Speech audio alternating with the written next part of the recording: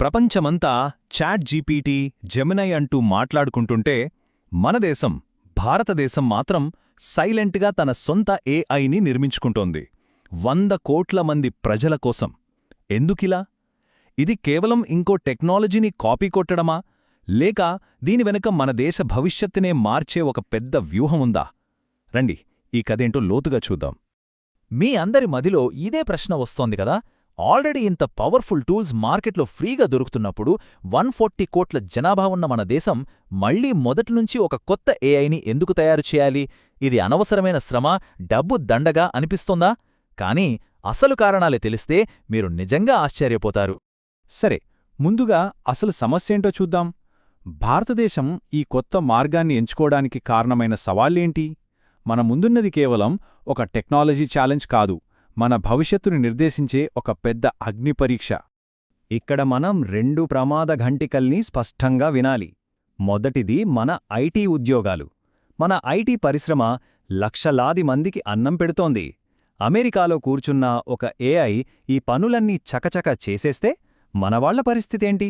ఇక రెండవది, అంతకంటే చాలా పెద్దది, మన దేశ భద్రత. మన ప్రజల డేటా, మన ప్రభుత్వ రహస్యాలు, వీటన్నింటినీ నియంత్రించే ఏఐ ఒక విదేశీ కంపెనీ చేతిలో ఉంటే అది ఎంత ప్రమాదకరమో ఒక్కసారి ఆలోచించండి. మేధస్సు అనేది శక్తి లేదా నీటి వంటి ఒక వ్యూహాత్మక జాతీయ వనరు. ఈ ఒక్క వాక్యం చాలు మొత్తం పరిస్థితిని అర్థం చేసుకోవడానికి. ఆలోచించండి, మన దేశానికి కరెంట్ను, నీటిని వేరే దేశం సరఫరా చేస్తుంటే మనం ఊరుకుంటామా? అస్సలు ఊరుకోం. మరి మన భవిష్యత్తును నడిపించే మేధస్సును, అంటే ఆర్టిఫిషియల్ ఇంటెలిజెన్స్ని వేరే వాళ్ల చేతిలో ఎలా పడతాం? ఇప్పుడు మనం అసలు టెక్నికల్ సమస్యలోకి వెళదాం. ఏఐకి మనలాగా పదాలు, వాక్యాలు అర్థం కావు. అది ఏదైనా భాషను టోకెన్స్ అనే చిన్న చిన్న ముక్కలుగా విడగొట్టి అర్థం చేసుకుంటుంది. సింపుల్గా చెప్పాలంటే, మనం ఒక పదాన్ని అక్షరాలుగా ఎలా విడదీస్తామో ఏఐ ఒక వాక్యాన్ని టోకెన్స్గా విడదీస్తుందన్నమాట. ఈ టోకనైజేషన్ అనే ప్రక్రియలోనే భారతదేశానికి అసలు సమస్య మొదలైంది. ఈ తేడా చూడండి, ఎంత ఆశ్చర్యంగా ఉందో. ఇంగ్లీష్లో హౌ ఆర్ యూ అని అడగడానికి ఏఐకి కేవలం 3 టోకెన్లు చాలు. కాని అదే విషయాన్ని హిందీలో అడిగితే ఏకంగా 8 టోకెన్లు అవసరం. ఎందుకంటే ఈ పాపులర్ ఏఐ మోడల్స్ అన్నీ ప్రధానంగా ఇంగ్లీష్ కోసం తయారు చేశారు. మన తెలుగు, హిందీ, తమిళం ఇవన్నీ వాటికి కొత్త. ఎక్కువ టోకెన్లు అంటే ఎక్కువ ప్రాసెసింగ్ పవర్, ఎక్కువ సమయం, అన్నింటికన్నా ముఖ్యంగా విపరీతమైన ఖర్చు. ఈ అసమర్థత మన జేబులకు ఎంత పెద్ద చిల్లు పెడుతుందో చూడండి. ఏకంగా 400 నుండి 800% ఎక్కువ ఖర్చు. అంటే ఇంగ్లీష్లో ఏఐ వాడటానికి ₹1 అయితే మన భారతీయ భాషలో వాడటానికి 4 నుంచి 8 రూపాయలవుతుంది.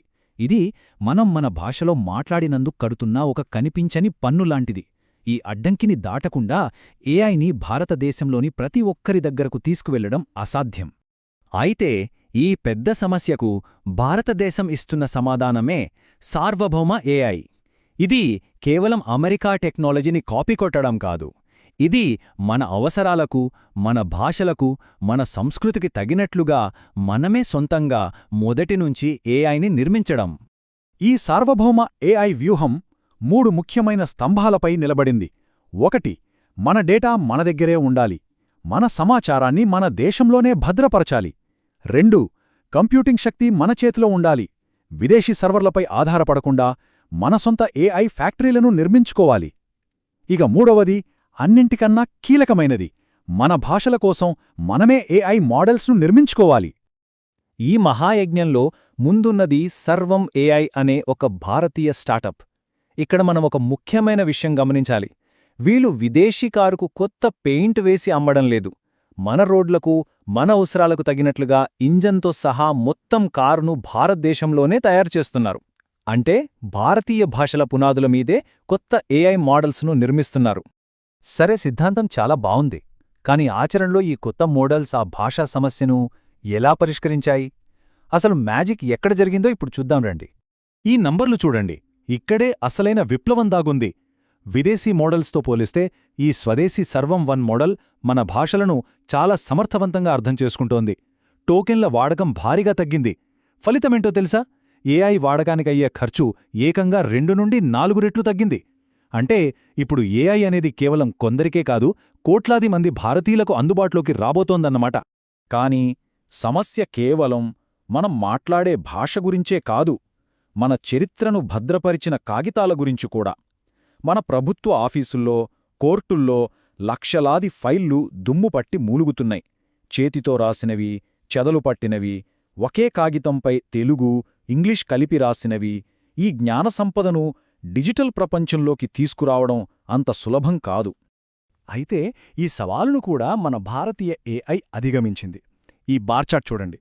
మన పాత చింద్రవంద్రగా ఉన్న పత్రాలను చదవడంలో సర్వం విజన్ మోడల్ ఏకంగా గూగుల్, ఓపెన్ ఏఐ వంటి దిగ్గజాలను కూడా వెనక్కి నెట్టి 93% ఖచ్చితత్వాన్ని సాధించింది. దీని అర్థమేంటంటే ఇకపై మన భూమి రికార్డులు, కోర్టు తీర్పులు అన్నీ మన చేతివేళ్లపై అందుబాటులో ఉండబోతున్నాయి. సరే, సాఫ్ట్వేర్ అద్భుతంగా పనిచేస్తోంది, కానీ ఈ మేధస్సు మన కంప్యూటర్లు, ఫోన్ల స్క్రీన్లకే పరిమితమైతే ఎలా? దాన్ని మన నిజ జీవితంలోకి, మన పనుల్లోకి తీసుకురావడం ఎలా? దానికోసమే ఈ వినూత్నమైన హార్డ్వేర్ వచ్చింది. ఇదే సర్వం కేజ్, భారతదేశంలో భారతీయుల కోసం తయారైన ఏఐ స్మార్ట్ గ్లాసెస్. ఇవి సినిమాలు చూడటానికో, పాటలు వినటానికో కాదు. ఫ్యాక్టరీలో పనిచేసే కార్మికుడికి, ఫీల్డ్లో పనిచేసే ఇంజనీర్కు చేతులు ఖాళీ లేకుండా సహాయం చేయడానికి రూపొందించబడ్డాయి. ఇది ఏఐని మన కళ్ల ముందు, మన పనిలో ఒక భాగంగా మార్చేస్తుంది. దీన్ని వాడటం ఎంత సులభమో చూడండే. ఒక ఫ్యాక్టరీ కార్మికుడు ఒక విరిగిన మెషిన్ను చూస్తాడు. అతను చేయాల్సిందల్లా తన వేలుకున్న ఈ స్మార్ట్ రింగ్ను ఒక్కసారి క్లిక్ చేసి దీన్ని ఎలా రిపేర్ చేయాలి అని అడగటమే. అంతే, ఫోన్ జేబులోంచి తీయాల్సిన పనిలేదు. సమాధానం నేరుగా అతని చెవిలో వినిపిస్తుంది. ఇది పనిని ఎంత సురక్షితంగా, సులభంగా మారుస్తుందో ఊహించండి. కానీ అస్సలైన గేమ్ చేంజర్ ఇది. నోకియాతో కలిసి సర్వం ఈ ఏఐ శక్తిని సాధారణ ఫీచర్ ఫోన్లలోకి, అంటే బేసిక్ కీప్యాడ్ ఫోన్లలోకి తీసుకురావాలని లక్ష్యంగా పెట్టుకుంది. దీనర్థమేంటో తెలుసా? స్మార్ట్ ఫోన్ కూడా లేని మన దేశంలోని కోట్లాది మంది సామాన్యులకు కూడా ఇప్పుడు ఏఐ అందుబాటులోకి రాబోతోంది. ఇది నిజమైన టెక్నాలజీ ప్రజాస్వామ్యీకరణ. సరే, ఇంత గొప్ప టెక్నాలజీని నిర్మించారు. మరి దీనివల్ల సామాన్య మానవుడి జీవితంలో వచ్చే మార్పేంటి? 140 కోట్ల మంది ప్రజల జీవితాలను ఇది ఎలా ప్రభావితం చేయబోతోందో ఇప్పుడు చూద్దాం. ఇక్కడ అసలు లక్ష్యం మనం టెక్నాలజీని వాడే విధానాన్నే మార్చేయడం. ఇప్పుడు మనం ప్రతి పనికి ఒక యాప్ ఓపెన్ చేస్తాం, కానీ భవిష్యత్తులో మనకంటూ ఒక పర్సనల్ ఏఐ ఏజెంట్ ఉంటుంది. ప్రతి పౌరుడికి ఒక వ్యక్తిగత సచీవ్ లేదా సెక్రటరీ ఉన్నట్లు ఊహించుకోండి. ప్రభుత్వ పథకాల గురించి చెప్పడానికి, ఫారాలు నింపడానికి, అన్నింటికీ సహాయపడే ఒక అసిస్టెంట్. దీని అవకాశాలు అనంతం. ఒక మారుమూల గ్రామంలోని వృద్ధురాలికి ప్రభుత్వ పథకం గురించి ఆమె భాషలోనే వివరించే ఏఐ. ఒక విద్యార్థికి కష్టమైన పాఠాన్ని సులభంగా చెప్పే ఏఐ ట్యూటర్. తన పంటకు వచ్చిన తెగులును ఫోటో తీసి ఏం మందు వాడాలో తెలుసుకునే రైతు. బస్సు స్టాప్లో బస్సు మెంబర్ చదివి వినిపించి దృష్టిలోపమున్నవారికి సహాయం చేసే ఏఐ. ఇలా ప్రతి జీవితాన్నే తాకే శక్తి ఈ టెక్నాలజీకుంది. మరి ఈ మొత్తం ప్రయాణంలో అసలైన విజయమేది? అది మనం ఎన్ని కంప్యూటర్లు కొన్నాం, మన ఏఐ మోడల్ ఎంత పెద్దది అనే దానిపై ఆధారపడి ఉండదు. అసలైన విజయాన్ని తలసరి మేధస్సు అనే కొత్త కొలమానంతో కొలుస్తారు. అంటే మన దేశంలోని ప్రతి సగటు పౌరుడికి తన జీవితాన్ని మెరుగుపరుచుకోవడానికి ఎంత ఏఐ అందుబాటులో ఉంది, దాన్ని వారు ఎంత బాగా వాడుకుంటున్నారు అనేదే అసలైన గెలుపు. చివరిగా ఒక పెద్ద ప్రశ్నతో మిమ్మల్ని వదిలేస్తున్నాను. ఒకప్పుడు కరెంట్, ఆ తర్వాత ఇంటర్నెట్ మన జీవితాలను ఎలాగైతే మార్చేశాయో, రేపు ఆర్టిఫిషియల్ ఇంటెలిజెన్స్ కూడా ప్రతి ఇంటికి, ప్రతి వ్యక్తికి ఒక ప్రాథమిక సేవగా మారితే మన సమాజం ఎలా మారుతుంది? భారతదేశం అడుగులు వేస్తున్నది అలాంటి ఒక అద్భుతమైన భవిష్యత్తు వైపే. దాని పర్యవసానాలు మన ఊహక్కూడా అందనివిగా ఉండబోతున్నాయి.